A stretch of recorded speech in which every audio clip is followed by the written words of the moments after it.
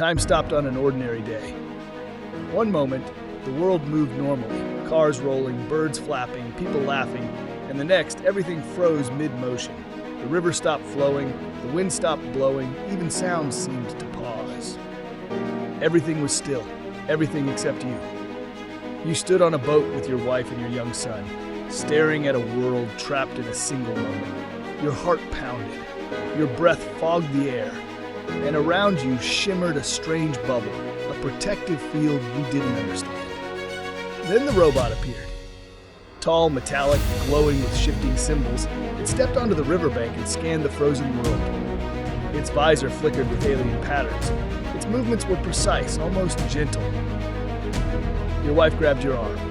"Jesus, what is that thing?" Before you could answer, the robot raised its arm. A blue pulse shot out. Not a weapon, not heat, just a soft ripple of energy. It touched your son. He dissolved into particles of light. Your wife screamed, but your bubble pulsed with warmth, sending you a message you didn't understand but somehow believed: be safe. The robot lowered its arm, its visor glowed white. Offspring secured, primary subject, you. Your wife, terrified and furious, ran toward the robot to punch it, but the robot fired a temporal beam, freezing her mid-motion, not harming her, not hurting her, just pausing her in time. Your bubble wrapped around her protectively. You ran through frozen streets, past suspended birds, past a birthday party where a 13-year-old boy stood mid-laugh, balloons hanging in the air like planets. You hid behind the boy, your bubble bending light around you. The robot entered the plaza, scanning the frozen parents, lifting them gently, studying them, placing them back exactly as they were. Then something unexpected happened. The robot lifted the frozen boy. Inside the robot's chest, a human silhouette leaned forward. A whisper escaped him. "Happy birthday, son!" He rested his forehead gently against the boy's, a gesture of grief, not harm. Then he teleported directly to you. "Please," he said, voice trembling. "Stop running, I mean no harm." But before you could speak, he looked toward your frozen wife, panic in his eyes. "You need to run."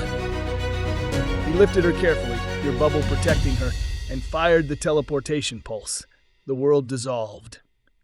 You reappeared inside a massive spaceship, a chamber the size of a city, filled with millions of frozen people, families, workers, children, elders, all preserved safely in stasis.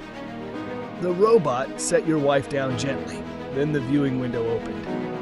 Earth floated outside, silent, frozen, and beside it drifted a colossal alien mothership the size of a planet.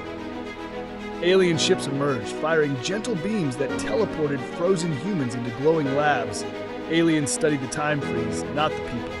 They analyzed energy fields, temporal signatures, and the strange anomaly that allowed you to move. "They're trying to save your species," the robot said softly, "but they can't do it without you." Then the light changed. A presence entered the universe. Not walking, not floating, simply existing. A being made of constellations and nebulae, a silhouette of galaxies.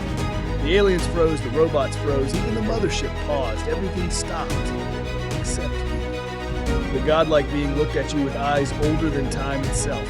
Its voice wasn't heard, it was felt. "Keep time stopped forever." And then it vanished, leaving you alone in a silent universe.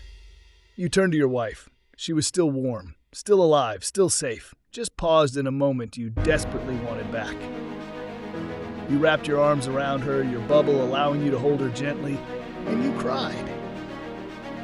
Not because she was gone, not because she was hurt, but because you loved her, because you missed her, because a god had just told you to keep the universe frozen forever. And you didn't know if you could.